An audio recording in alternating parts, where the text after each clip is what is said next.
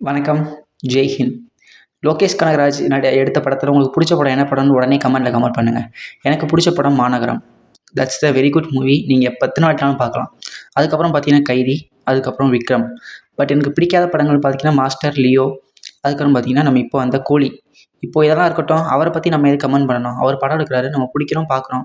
பிடிக்கல பிடிக்குதுன்னு சொல்லணும். பட் அவர் இப்போ சொல்லின ஒரு இன்டர்வியூ தான் ஒரு பெரிய கான்ட்ரோவர்சி ஆயிருக்கு. அவர் அந்த ப்ரமோஷன் படத்துக்கு முன்னாடி சொல்லியிருந்தாங்கன்னா, ஆடியன்ஸோட ஒவ்வொரு ரூ. 150 முக்கியம்னு சொல்லியிருந்தாரு. இப்ப கேட்டா, நீங்களா ஹைப் பண்றீங்க. உங்க ஹைப்புக்குலாம் நான் படம் எடுக்க முடியாது. நீங்க எடுத்ததுக்கெல்லாம் நான் படம் எடுக்க முடியாது. என் படம் நான் அப்படித்தான் எடுப்பேன் அப்படிங்கிற மாரி சொல்றாரு. இப்ப தான் உண்மை தெரியுது. பட் இருந்தாலும் அத பத்தி நம்ம பேச தேவையில்ல. லோகேஷ் மட்டும் இல்ல, பெரும்பாலும் பெரிய தமிழ் டைரக்டர்ஸ என்ன தப்பு பண்றாங்க அப்படிங்கிறத இங்க பார்க்க வேண்டியிருக்கு. ஒரு டைரக்டர் ஒரு நல்ல டெபியூட் ஃபிலிம் குடுக்குறாங்க. ஒரு நல்ல ஃபிலிம், நல்ல கதைக்களத்த கொண்ட ஒரு நல்ல சின்ன பட்ஜெட் மூவி குடுக்குறாங்க. அந்த படம் பெரிய அளவுல ஹிட் ஆகுது. ஹிட் ஆன உடனே இங்க இருக்கக்கூடிய பெரிய டைரக்டர்ஸ், பெரிய ஆக்டர்ஸ் பார்த்தீங்கன்னா, அவங்களுக்கு ஒரு டேட் குடுத்துடுறாங்க. டேட் குடுத்த உடனே அந்த டைரக்டர்ஸ் அவங்க எதுக்காக வந்தோங்கிறதையே மறந்துட்டு, அந்த ஹீரோவ குஷிப்படுத்துற மாரி, அவன் ஹீரோயிசத்த கொண்டாடுற மாரி மட்டும் தான் சீன்ஸ் எடுக்குறாங்களே தவிர, படத்துல ஒண்ணுமே கிடையாது. வெறும் ரெஃபரன்ஸு, பழைய பாட்டு, ஃப்ளாஷ்பேக்கு, அடி, குத்து, வெட்டு, ட்ரக்கு, மாஃபியா, கன்னு இத மட்டும் தான் காட்டுறாங்க. மத்தபடி படத்துல எதுவுமே கிடையாது. இது இப்ப தொடர்கதை இப்ப 4, 5 வருஷமாவே தொடர்கதையா இருக்கு. நீங்க பார்த்தீங்கன்னா, இப்ப நல்ல டைரக்டர்ஸ் வந்தாங்க. நெல்சனா இருக்கட்டும், அட்லியா இருக்கட்டும். அட்லிய கூட நான் ஒரு வகையில எடுத்துக்கிறேன். அவர் ஃபுல்லி கமர்ஷியல். அவர் கமர்ஷியல் தான் சொல்றாரு. அதுக்கேத்தாப்புல படம் இருக்கு. மத்தபடி படத்துல ஒண்ணும் பெருசா சொல்றது கிடையாது. சொல்லிடுறாரு, "கமர்ஷியல் தான்ப்பா. ஒரு 2 1/2 மணி நேரம் வந்து பார்க்க போறியா? அவ்வளதான்." அந்த மாரி தான் தியேட்டர் படமா தான் இருக்கே தவிர, அவர விட்டுடுறேன். மத்தபடி பார்த்தீங்கன்னா, நல்ல நல்ல டைரக்டர்ஸா இருக்காங்க. நீங்க பார்த்தீங்கன்னா, லோகேஷா இருக்கட்டும், நெல்சனா இருக்கட்டும், எல்லாருமே வாராங்க. பட் அவங்க என்ன பண்றேங்கிறத மறந்துட்டு, அவங்களோட ஐடென்டிட்டிய மறந்துட்டு, ஒரு ஹீரோ பெரிய ஹீரோ டேட் கிடைச்சிருச்சுன்னா, அவர குளோரிஃபை பண்ற மாரி, அவர செலிப்ரேட் பண்ற மாரி தான் எடுக்குறாங்க. அவர செலிப்ரேட் பண்றதுக்கு அவங்க ஃபேன்ஸ் இருக்கிறாங்க. எதுக்கு டைரக்டர்ஸோ, இல்ல மத்தவங்களோ காச குடுத்து போய் அவங்கள செலிப்ரேட் பண்ணணும்? அப்படின்னு எனக்கு கேள்வி இருக்கு. அவங்க எடுக்கக்கூடிய கதைக்களத்த நம்பி எடுக்குறாங்களான்னு கேட்டா, கண்டிப்பா இல்ல. அவங்க குடுக்கக்கூடிய ஒரு ஹீரோ குடுக்கக்கூடிய டேட்ட வச்சு, அவரோட மார்க்கெட்ட வச்சு தான் நம்பி நம்பி எடுக்குறாங்களே தவிர, கதைக்களத்தின் மேல டைரக்டர்ஸ்க்கு நம்பிக்கையே இல்ல. அந்த ஹீரோவ எப்படி குளோரிஃபை பண்றது? அவர எப்படி அவர் ஃபேன்ஸ எப்படி தியேட்டருக்கு கொண்டு வர்றது? அதுக்கு என்ன மாஸ் சீன்ஸ் வைக்கிறத தான் பார்க்குறாங்களே தவிர, மத்தபடி தமிழ் சினிமால இப்ப வரக்கூடிய தமிழ் சினிமால பெரிய பெரிய படங்கள்ல ஒரு கதையும், ஒரு கருத்தும் ஒண்ணுமே இல்ல. இது கண்டிப்பா எங்க போய் முடிய போகுதுன்னு தெரியல. தெலுங்கு சினிமாவுக்கும் இப்படி தான் ஆச்சு. இது தமிழ் சினிமாவுக்கும் இப்ப ஆயிக்கிட்டு இருக்கு.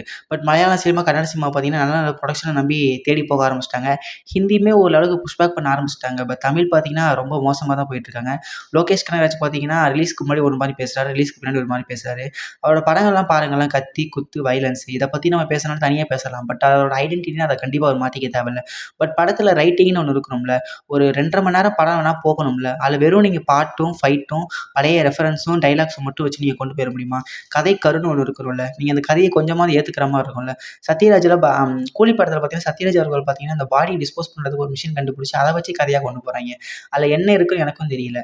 கேட்டா அவரு சொல்றாரு, "நான் வந்து ஒவ்வொரு கேரக்டருக்கும் ஏத்த கதைய தான் நான் மெம்பர்ஸ தான் செக் பண்றேன்னு" சொல்றாரு.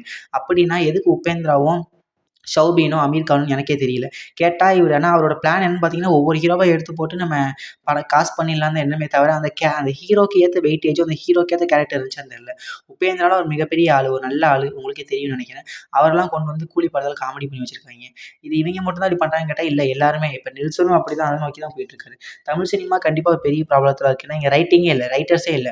உங்களுக்கு நல்ல கதைய கொண்டு போற மாரி, கதை போற மாரியே இல்ல. 2 1/2 மணி நேரம் என்ன பண்ணேன்னே தெரியாம, ஹீரோவ கொண்டாடிட்டு வெறும் இந்த ஃப்ளாஷ்பேக்க வச்சுக்கிட்டு, ரெஃபரன்ஸ் பாட்ட போட்டுட்டு அப்படியே கொண்டு போயிட்டுருக்காய்ங்க. இது எத்தன நாளைக்கு எத்தன பேர் பார்க்க போறாய்ங்கன்னு தெரியல. இவைங்க மட்டும் தானா அப்படின்னா, மியூசிக் டைரக்டர்ஸ் அதுக்கு மேல போறாய்ங்க. மியூசிக் டைரக்டர்ஸ் என்னைக்காவது அந்த கதைக்கு ஏத்த, கதைக்களத்துக்கு ஏத்த பாடல் இப்ப அவங்களால பாட்டு பண்ண முடியுமா அப்படிங்கிற டவுட் தான். அனிருத் வந்த புதுசுல எனக்கு அவர் 3 ஆல்பம்லாம், அவரோட 3 ஆல்பம்லாம் எனக்கு ரொம்ப பிடிக்கும். பட் இப்ப பார்த்தீங்கன்னா, அவரு ரொம்ப மோசமாயிட்டு இருக்காரு. ஒரு ஹீரோவ செலிப்ரேட் பண்ணணும். அரங்கம் சிதறணும், விசிலு பறக்கணுங்காங்க. தியேட்டர் சிதறணும், பதறணும்னா, நீங்க நல்ல படம் எடுத்தீங்கன்னா தானா சிதறும், பதறும்டா. நீங்களே எதுக்குடா பாட்டுல வைக்கிறீங்க? அதே மாரி அறிவு மாரி ஒரு கேரக்டர்ஸ்லாம் அறிவு மாரி ஒரு ராப்பர்லாம் இருப்பாங்க. உங்களுக்கு தெரியும்னு நெனைக்கிறேன். அவரோட ஃபர்ஸ்ட்லாம் அவரோட எழுத்துக்கள்லாம் அவ்வளோ வலிமையா இருக்கும். இப்ப பார்த்தீங்கன்னா, சும்மா குத்தணும், கொத்தணும், புத்தணும்னு இருக்கு. வேற ஒண்ணுமே இல்லாம ஒரு மாரி முழு மட்டையா போய்க்கிட்டு இருக்கும் தமிழ் சினிமா அப்படிங்கிற மாரி தான் இருக்கு. இந்த மியூசிக் டைரக்டர்ஸும் சரி, டைரக்டர்ஸும் சரி, புரொடியூசர்ஸும் சரி, ஹீரோஸும் சரி, எல்லாருமே ஒரே டைரக்ஷன்ல போறாங்களோ! ஜஸ்ட் நம்மளுக்கு மார்க்கெட் இருக்கு. அத வச்சு படம் பண்ணுவோம், காசு பண்ணுவோம். என்ஜாய் பண்ணா போதும். எனக்கு ஒண்ணும் சொல்ல தேவையில்ல. இவங்க எதுவும் கேள்விலாம் எதுவும் கேட்க மாட்டாய்ங்க. அப்படிங்கிற மூட்ல இருக்கிறாய்ங்களா என்னன்னு தெரியல. இப்படியே போச்சுன்னா இது ரொம்ப மோசமா போகும். ஸோ தமிழ் சினிமா நல்ல நல்ல கதைகள், சின்ன சின்ன கதைகள் வந்தா நம்ம அத தான் சப்போர்ட் பண்ணுமே தவிர, இவங்க ஹீரோயிஸ் அவங்க கொண்டாடுறாங்கன்னா நம்மளும் கொண்டாடக்கூடாது. ஒரு ஹீரோ நல்ல படம் எடுத்தாருன்னா, நல்லா நடிச்சாருன்னா கண்டிப்பா கொண்டாடலாம். பட் அவர் சும்மா ஸ்க்ரீன்ல வந்துட்டாருன்னு சொல்லிட்டு நம்ம 2 1/2 மணி நேரம் பார்க்கணுங்கிறது அவசியம் இல்லாதது. இது வந்து என்னோட தனிப்பட்ட கருத்து. உங்களுக்கும் சில தனிப்பட்ட கருத்துக்கள் இருக்கலாம். தயவு செஞ்சு கமெண்ட்ல கமெண்ட் பண்ணுங்க. நீங்க இதுவரைக்கும் இந்த வீடியோ பார்த்தீங்கன்னா ரொம்ப நன்றி. உங்களுக்கு மாறுபட்ட கருத்து இருந்தா கமெண்ட்ல பண்ணுங்க. தயவு செஞ்சு வீடியோ சப்ஸ்கிரைப் பண்ணுங்க, லைக் பண்ணுங்க, கமெண்ட் பண்ணுங்க, ஷேர் பண்ணுங்க. தேங்க்ஸ் ஃபார் வாட்சிங் திஸ் வீடியோ. Thank you.